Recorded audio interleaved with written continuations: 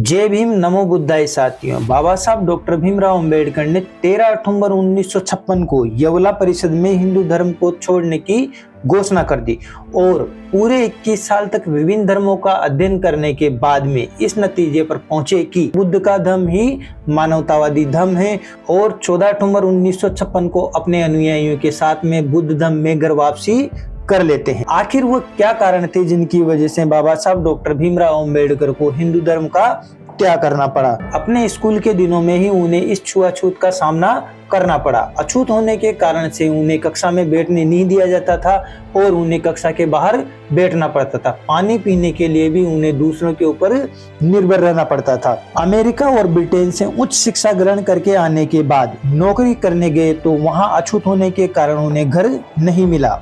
Office में ब्राह्मणों का कब्जा होने के कारण उन्हें अपमान का सामना करना पड़ा। बाबू भी उन्हें फाइल फेंक कर देता था और फाइल को उठाने से पहले उसे गंगा जल और गोमूत्र छिड़क कर शुद्ध करता था। बाबा साहब ने नौकरी छोड़ दी और अपने समाज को इस सामाजिक बुराई से छुटकारा दिलाने के लिए काम करने लगे। उस समय अछूतों को सार्वजनिक तालाब से पानी पीने तक की अनुमति नहीं थी, जहाँ जानवर भी आसानी से पानी पी सकते थे।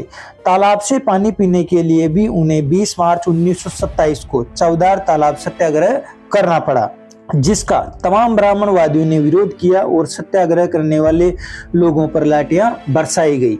उस समय अछूतों को मंदिर में भी प्रवेश नहीं करने दिया जाता था। बाबा साहब डॉक्टर भीमराव अंबेडकर के नेतृत्व में अछूतों ने मंदिर प्रवेश के लिए 3 मार्च 1930 को कालाराम मंदिर प्रवेश सत्याग्रह किया, लेकिन ब्राह्मणवादियों का यहाँ भी वही रवैया रहा और सत्याग्रह करने वाले लोगों पर लाठियां बरसाई गई। इस घटना में बाबा साहब डॉक्टर भीमराव अंबेडकर भी घायल हो गए थे।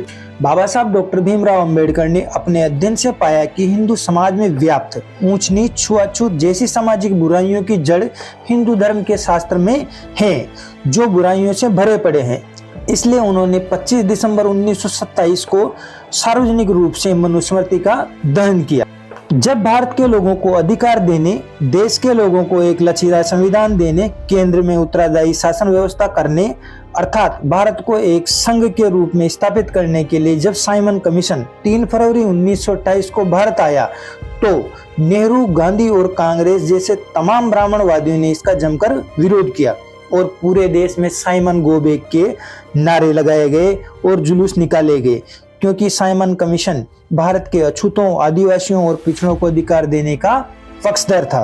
15 अगस्त 1947 को देश आजाद हो गया। आजादी के बाद जब 1950 में बाबा साहब ने संविधान सभा में देश की तमाम महिलाओं को पुरुषों के समान अधिकार देने के लिए हिंदू कोड बिल पेश किया, तो पूरे देश में ब्राह्मणवादियों ने इस बिल का जमकर विरोध किया, जिसके कारण बाबा साहब डॉक्टर भीमराव अंबेडकर ने अक्टूबर 1951 को कानून मंत्री के पद से इस्तीफा दे दिया।